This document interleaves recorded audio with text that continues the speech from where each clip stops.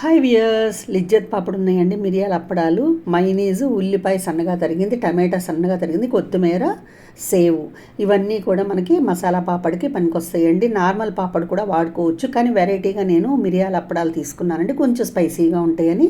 అప్పడం వేయించేసుకుని దానిపైన మైనీస్ వేసేసుకుని టమాటా కెచప్ తీసుకున్నానండి. చక్క పుల్ల పుల్లగా కారంగా ఈ వైట్ సాస్ తోటి ఇవి ఉల్లిపాయ టమాటా అన్నీ కూడా చాలా బాగుంటుందండి టేస్ట్. 2 నిమిషాల్లో పిల్లలు స్కూల్ నుంచి రాగానే వాళ్ళు ఫ్రెష్ అప్ అయ్యే లోపల మనం మంచి స్నాక్ తయారు చేసి ఇవ్వచ్చండి.